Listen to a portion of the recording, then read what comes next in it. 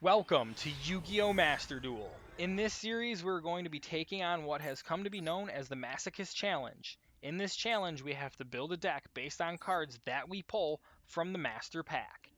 Every time we win a duel, we will be able to purchase one of these packs to see what cards we get to possibly add to our deck.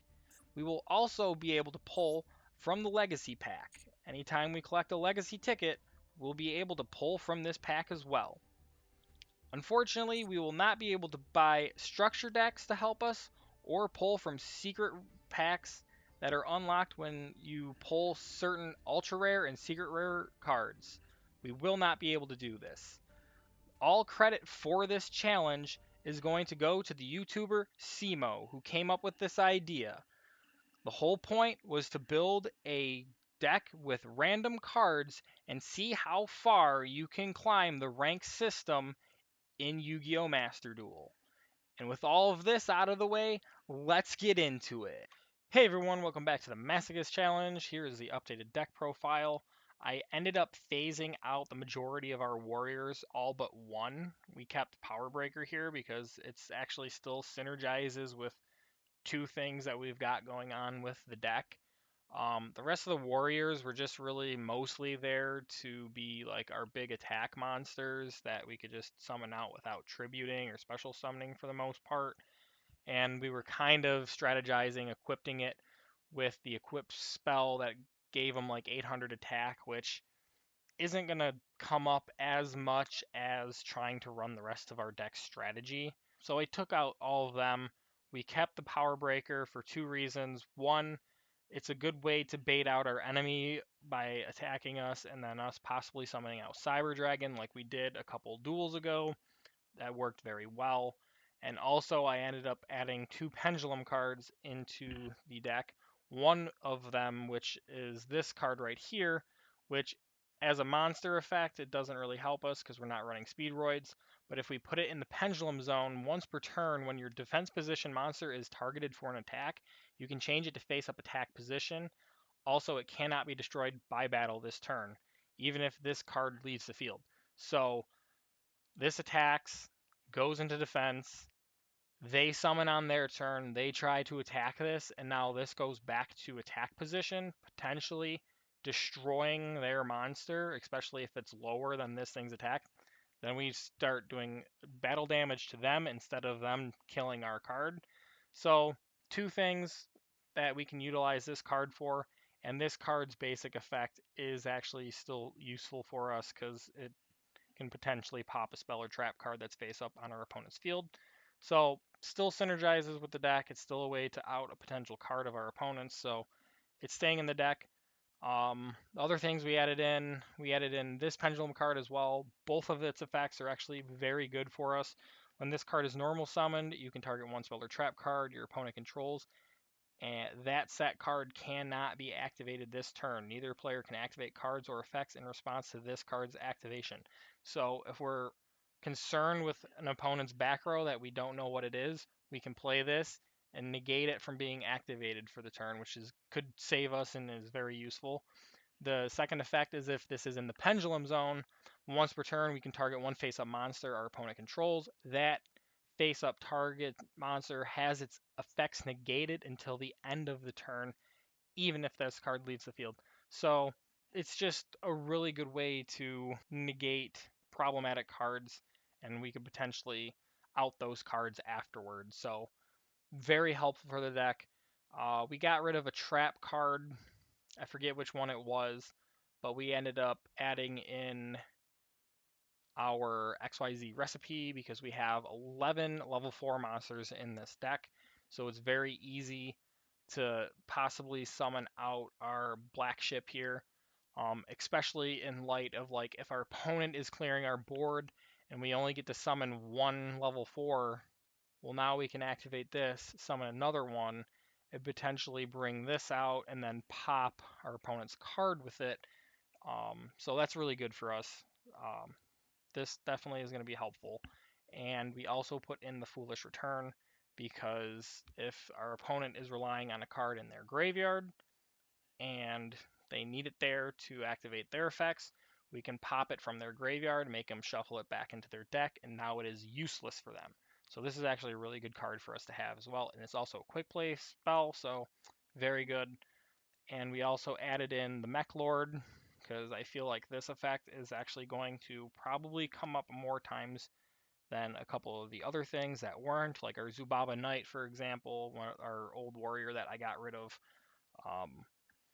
Its effect to just destroy a defense position monster is helpful, but that really wasn't coming up, so there's really no point in keeping them. And I also added in this Patchwork Fluffle because it's a fairy and is going to help us with our fairy engine. So all in all, I also added this card in for defensive purposes over our Infernity Guardian here, just because this thing's effect, even though it's really good, the problem is we hardly ever have an empty hand to utilize this thing's effect, and this thing's higher defense normally is on average going to be more useful for us, and it also pairs with our Catapult Zone field spell. Now we have 2 rock monsters in the deck, this and this, to potentially utilize this thing's effect twice, so we have more value with this card in our deck over our Guardian here. So those are all the changes to the deck. I don't think I'm missing anything. If we want to put the Warriors back in, if this doesn't work as well, then we can phase them back in. But I think overall this is going to do us better than just having big beat sticks. So that's that. I also got rid of our plant insect setup just because, let me show you. On further look, we don't have much of an engine there. We barely have any cards for this. Like, we're building them, but it's just not a whole lot to go off of and call it like a strategy yet. We have more warrior cards and we could potentially build a warrior deck, but these things don't really synergize with themselves very much, and this thing is just a ritual monster that we can't even summon, so there's really no point. But I mean, we at least have a good amount of warrior cards. Dragons we have the fewest of right now, but I'm just making a catalog of dragon cards. We only have 2 monsters. I mean, we do have the vanilla, but I didn't even feel like adding that in here because it's a 900 attack monster that is just a vanilla card and doesn't do us anything. So I didn't even include that.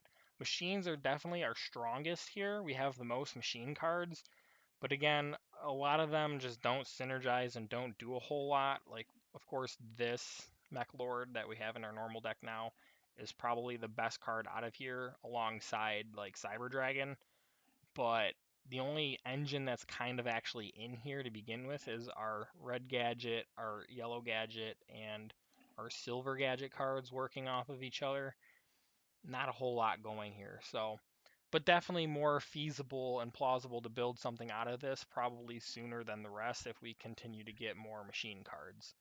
But these are just all the things I have on like the back burner here, just kind of monitoring them, seeing how they grow and see if we could possibly potentially make a deck out of them later in the future. But so far, our fairies is our strongest strategy, and we're going to stick to it. With all of that being said, let's go head into a duel. Alright, here we go with duel number 1. Our opponent won the coin toss and decided that we are going second. Our hand is not looking too bad. That's not looking good for us. He's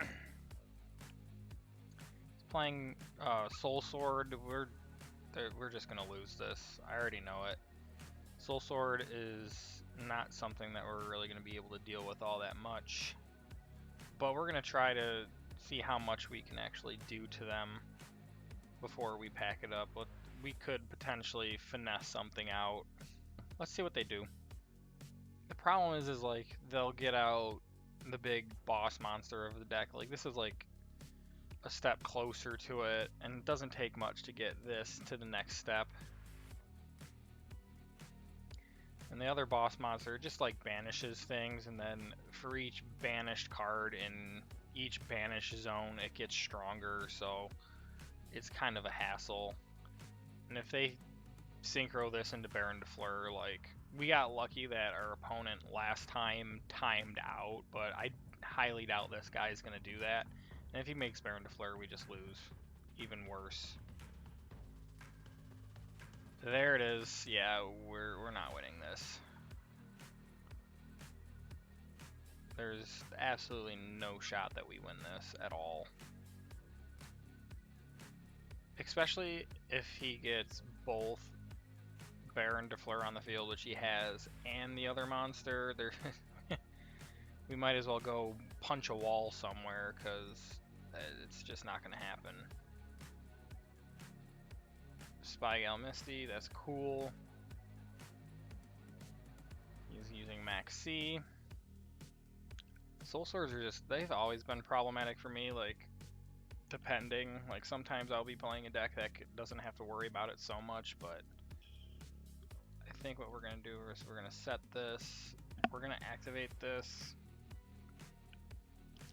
We're going to try to bait out his Baron's 1 negate and pray that they don't use it. Actually, no, that we need them to use it, actually. Because this is set this turn, so it's not going to help. Like, Thunderbird is not going to help us next turn. It'll be over next turn. So, here we go. He's going to quick effect his Soul Sword monster here, Grandmaster.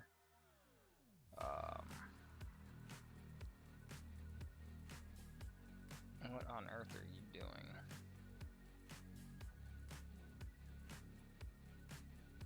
Of course, it hit itself. And we don't get to do anything because he... Okay, cool. And we just end turn here because there's nothing more we can do. Soul Sword of Taya. I mean, the Soul Swords do have really cool card art. It's just their archetype is so annoying that I've never desired to play them. Bringing out another one of these. I mean, he has game right now. He hasn't negated an effect with Baron yet, so even if he like actually attacks our defense position monster, and it's not going to help because if anything, maybe we should have played this in defense because at least we get to pick one monster to destroy on the field. Whatever attacks this is just going to destroy itself. But again, Baron can just negate us regardless, and it's not going to matter. There's no way that we come back from this. There's no way we can win this just because Baron can literally just pop a card on the field at any time. It can negate our card, it can destroy one card each turn. He's going in, yeah, he's going to go for his big other Soul Sword boss monster. There it is. Soul Sword Supreme Sovereign. It's, yeah. No, we lose this. There's nothing we can do at this point. Once again, our opponent won the coin toss and chose for us to go second. Our hand is looking pretty decent. We have Desire in our hand. We just have to hope that one of our fairies can get us through to the next turn. If we could draw like our indestructible fairy, that'd be great. But I'm hoping... I don't know. I mean, we have Lost Wind, which is really good. Could help us out here. But I'm thinking next turn, just based off of our hand on our turn, we set this as a defensive wall. The problem is that he just attacks it, and he's playing. Interesting. Okay.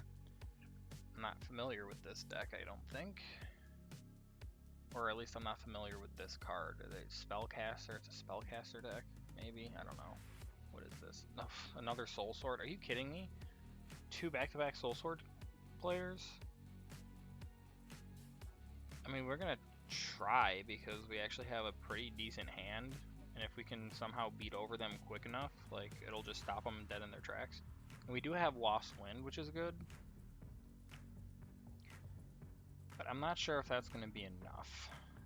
These guys take forever to make their plays. There you go. Yeah, it's another Soul Sword player. Like, I've never seen this get played on a Soul Sword, but I mean, it did its job in helping them, so it is pretty good for it, but... Or maybe I've just never seen somebody have to open with that card, I'm not entirely sure. Got the Tenny Spirit going into their level 8 Grandmaster.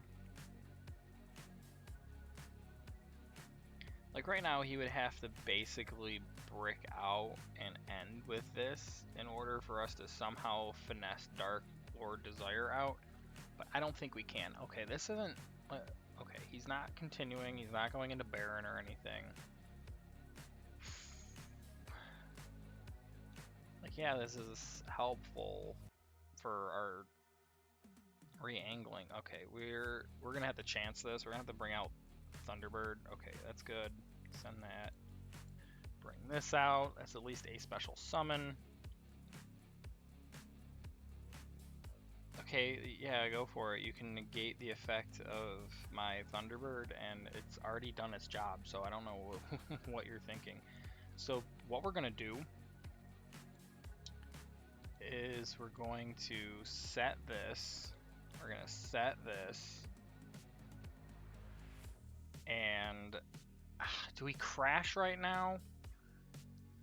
I think we just end it here and pray that they don't attack our face. I mean, if they attack our face down monster, we can force them, I'm pretty sure, to attack this. Or we'll send this and hopefully that we can retarget them to attack the Thunderbird. I'm not sure. Does this have to... Okay.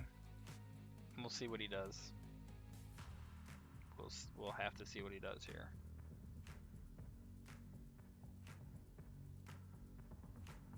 Looks like he might be going for another Grandmaster, but I don't understand why that would help him so much right now. I mean, he could crash his one and still have one on the field, but apart from that, there's really not much more that would be helpful for. It would almost be better to try to go for, like, the Supreme Sovereign Soul Sword monster, like the boss monster. What did he just activate on us? Target one card, return it to the hand. Are you kidding me? This just got a lot more difficult for us to do because he had to out our Thunderbird. That's really annoying. The problem is like every single one of his cards is capable of activating from everywhere. It seems like.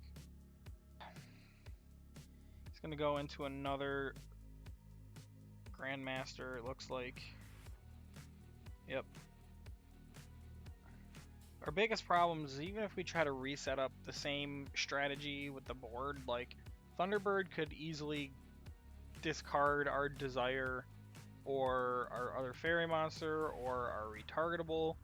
Like best case scenario, like the next card that we draw, it would it would hit that, but that's such a big risk. Like it was already a big enough risk doing it the first time.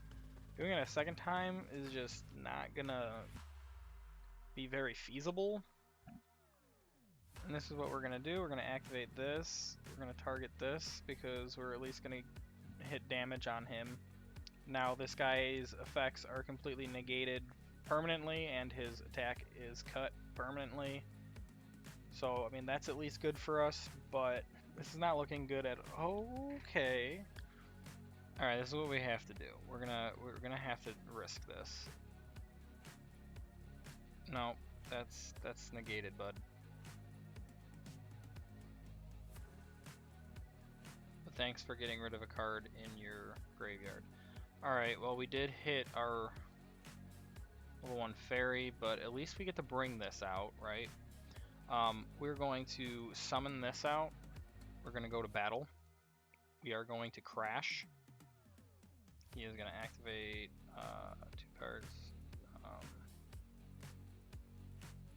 Okay, that was really stupid, but whatever.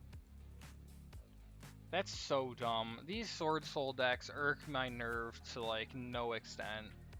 It's just a bunch of shenanigans They have a way to deal with you depending on the situation. They always have the out, and it's quite annoying. Like, we couldn't have played that better, I don't think, at all. Like, we had the strat. We were going to crash into his bigger monster.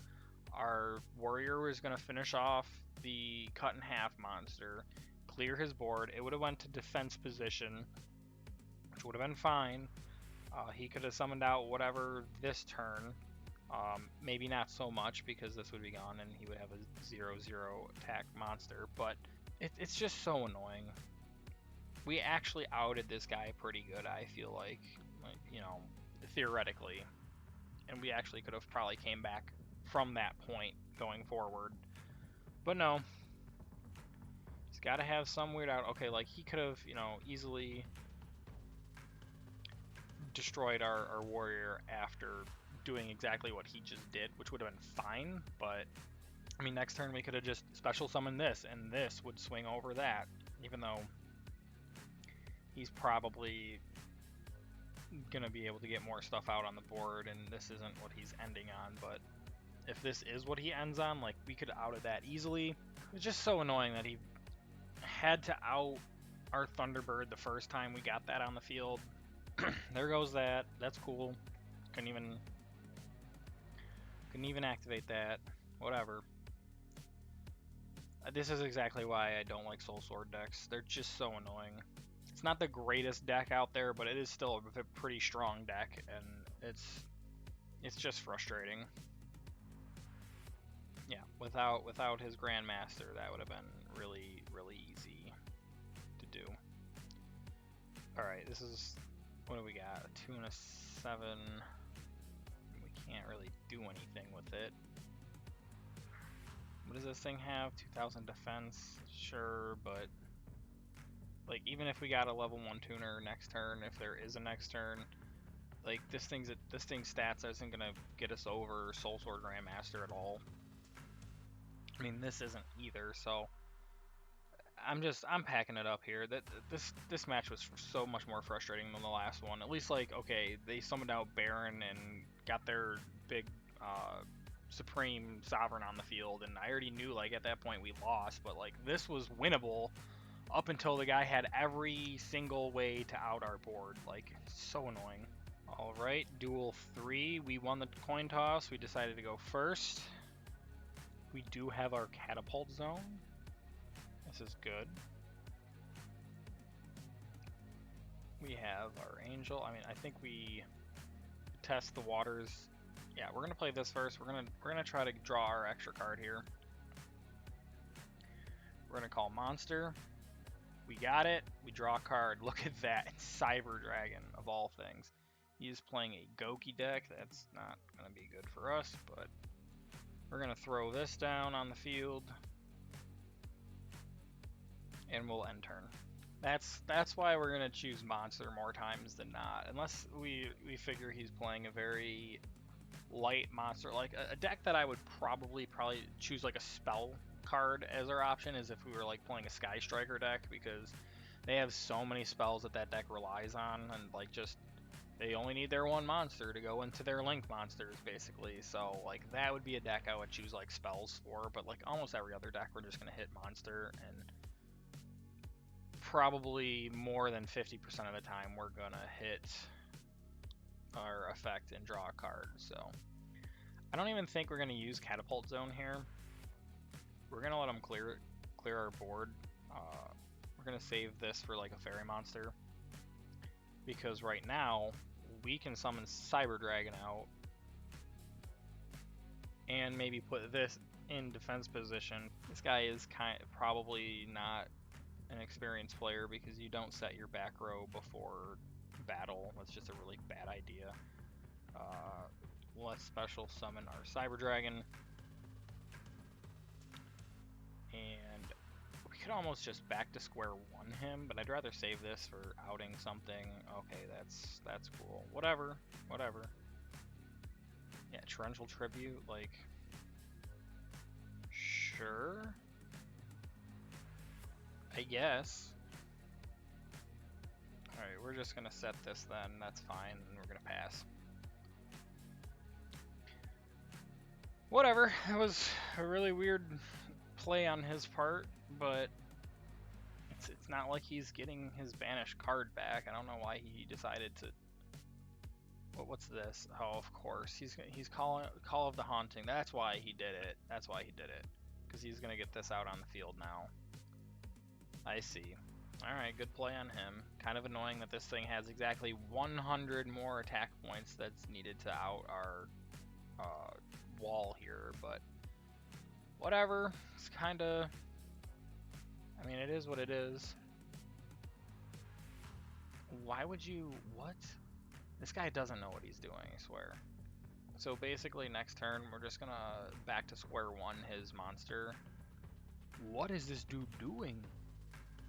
Is he misplaying? He's like misplaying so hard right now. Like, what is the point of sending that into defense position?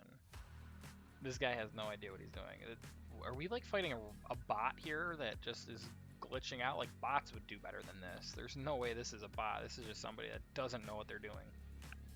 Alright, let's see what we have. Alright, cool. We barely ever draw this card, but it is still pretty good to have in the deck, I guess. Do we risk it is the question. He could be baiting us into attacking this, and then this could be like a mirror force or something. The thing is like, okay, we could back to square one this. He'll just draw it, and then he could tribute summon this for it. So it's kind of stupid. We're gonna risk it because we don't really have a better option. Yes, I see. Okay. That was so dumb on his part. That was so stupid. What is this dude doing to himself? It's got me confused, but you know what? We'll take it. We'll take it. After the last two duels, we'll take whatever stupidity we can come across. What is he at now? What does he activate? Okay, now he's bringing that back. Okay, cool. We're gonna just main phase 2. We're gonna set this. We're actually gonna flip this now, and we're gonna go into our black ship here because at least his monster isn't going to out ours that way. Thanks for outing your own big creature that we wouldn't have really been able to out for very long because our one out would have just stalled him a turn, but okay. I'm just gonna activate this just in case he does somehow draw. Okay, he's setting, it's gotta be another trap. This dude's been running traps all game. Like, what?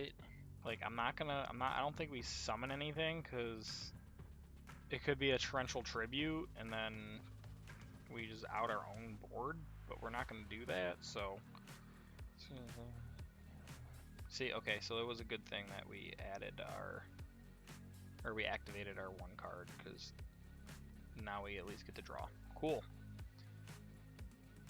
Very cool. This is looking good for us. The guy is playing like an absolute lunatic. We'll take what we can take.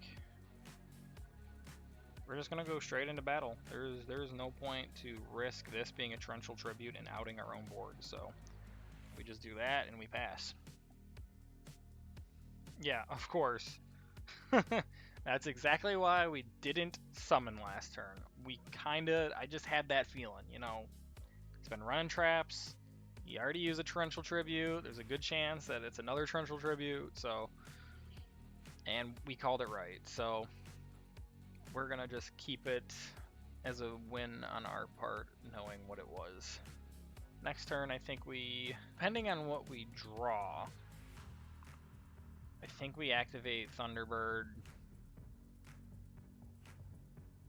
It could potentially hit our ProtoPawn here, which is probably the best card in our hand past Thunderbird. Like, back to square one is good, but at least ProtoPawn has the direct attack thing and outing the monster afterwards, so this guy might actually lose to timeout because he's taking forever to figure out what the heck his effects are doing. And there it is. Another victory via timing out our opponent because he decided to sit there and do nothing. Well, we'll take the win as we can take it. Alright, so we do have our 1 pack to pull after that victory, so let's get right on to it and see what we get. Hopefully we can pull something that's actually good for our deck, like a good staple would be nice. We're going gold once again. We have an ultra rare. Alright, hopefully it's something we can use. What's this? It's a warrior, 19. Okay, well, it's at level 6, but if only your opponent controls a monster, you can special summon this from your hand. Basically, another Cyber Dragon, just a little bit weaker. If summoned this way, its level becomes 4. That's cool. When this card is tribute summoned, you can target one do monster in your graveyard. Special summon that target in defense position. Well, we don't have another one of those, so that's not going to really come up. But, I mean, it's a warrior. We can put this in our warrior cards and see where that goes later on, so that's something. We have Pendulum Dimension. If you special summon any of these monsters during a pendulum as material while this card is face up in your spell trap zone, you can activate the appropriate effect. I don't really think this is going to come into play right now, so. Okay, we got a Bujin card here. During your main phase 1, you can send this card from your hand to the graveyard, then target one Bujin monster you control this turn. If it attacks a defense position monster, inflict piercing damage. Okay, that's nice.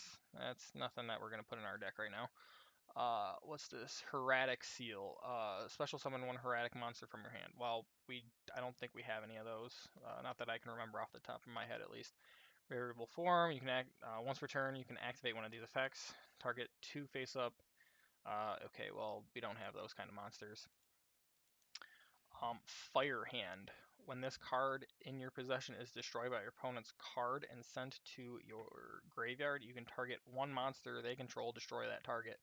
Then you can special summon one Ice Hand from your deck.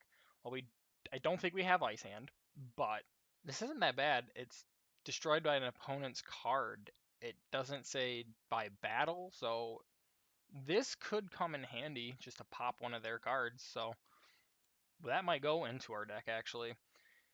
Ancient Gear Reborn. We don't have any Ancient Gear monsters, so whatever.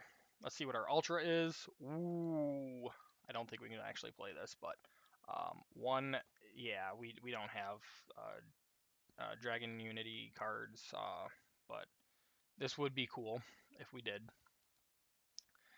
Really, not a whole lot that we really could utilize here. Again, the Warrior could go in our Warrior stuff for now. I don't think we actually play him in our main deck right now. And Fire Hand. This actually might go into our deck as a way to pop our opponent's cards, but maybe not. We'll see. All right, and that is going to wrap up this video. Thanks for tuning in, guys. This one wasn't as exciting as some of the past ones, but, you know, we'll take our win where we can take it. The cards we got really not that helpful for us right now, so no big deal. But stay tuned, guys. I can't wait for the next episode to come out and see what happens. But until then, guys, stay safe out there. Take care. I'm ProtoPawn. Peace.